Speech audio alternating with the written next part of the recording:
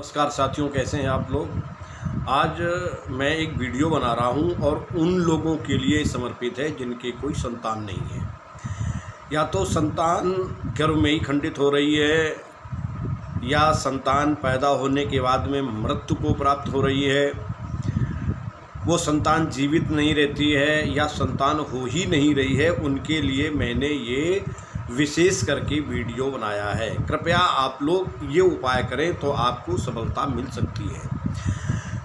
देखिए, जिनके संतान नहीं है वो हरिवंश पुराण का पाठ करें, पहली बात तो ये है।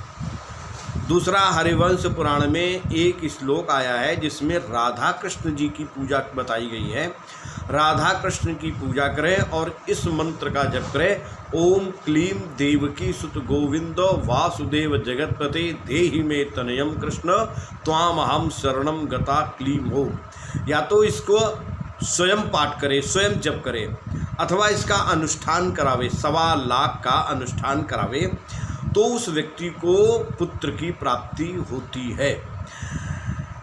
देखिए, इसमें राधा कृष्ण जी की पूजा करें और बड़े विनम्र भाव से इसका जप करें। और करीब 100 श्लोक आए हैं हरिवंश पुराण के आखिरी में, घी का दीपक जला करके उनका भी वो अगर पाठ करे तो भी संतान की प्राप्ति होती है।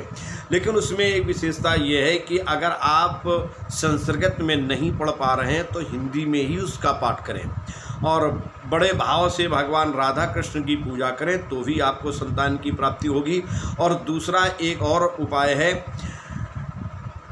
दूर्वा घास 3 गांठ की 27 दूर्वा लें, लेकिन उसमें जड़ ना हो, ऊपर से खोद करके 3 गांठ वाली 27 दूर्वा का एक बंडल बना करके भगवान गणेश के ऊपर 27 दिन तक लगातार पति या पत्नी कोई चढ़ावे, या दोनों लोग चढ़ा सकते हैं या एक लोग ही चढ़ावें, तो भी संतान की प्राप्ति भगवान गणेश की कृपा से होती है। लेकिन इसमें एक विशेषता ये है कि चतुर्थी, नवमी और द्वादशी और चतुर्दशी, इन तिथियों को छोड़ करके ही ये कार्य प्रारंभ करें, क्योंकि ये रिक्ता तिथियां हैं।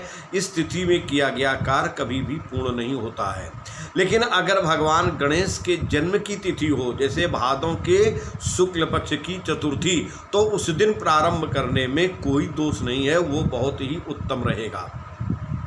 उसमें भी आप कर सकते हैं, जिससे भगवान गणेश की कृपा आपको प्राप्त हो और आपकी दीर्घजीवी और महान बुद्धिमान स्वस्थ संतान की प्राप्ति हो। एक और उपाय है कि आप एक आक्षी नारियल, जिसके पानी वाले नारियल की एक ही आंख हो, ऐसा आप ढूंढ करके उसको लें और जो केवल गणेश जी का मंदिर हो उसमें जा कर के गणेश जी के पास में उस नारियल को स्थापित कर दें, रख दें और अपनी कामना भगवान गणेश से करें, तो भी आपको गणेश जी की कृपा से उत्तम संतान की प्राप्ति होगी।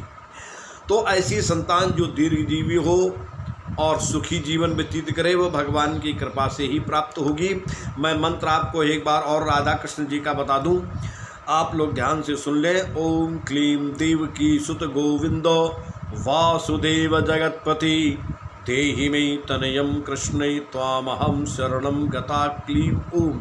इस मंत्र का अनुष्ठान आप करा करके 1.25 लाख का, और आप अपनी कार्य की सिद्धि प्राप्त कर सकते हैं। आप संतान वाले हो सकते हैं, आपको संतान सुख की प्राप्ति हो सकती है।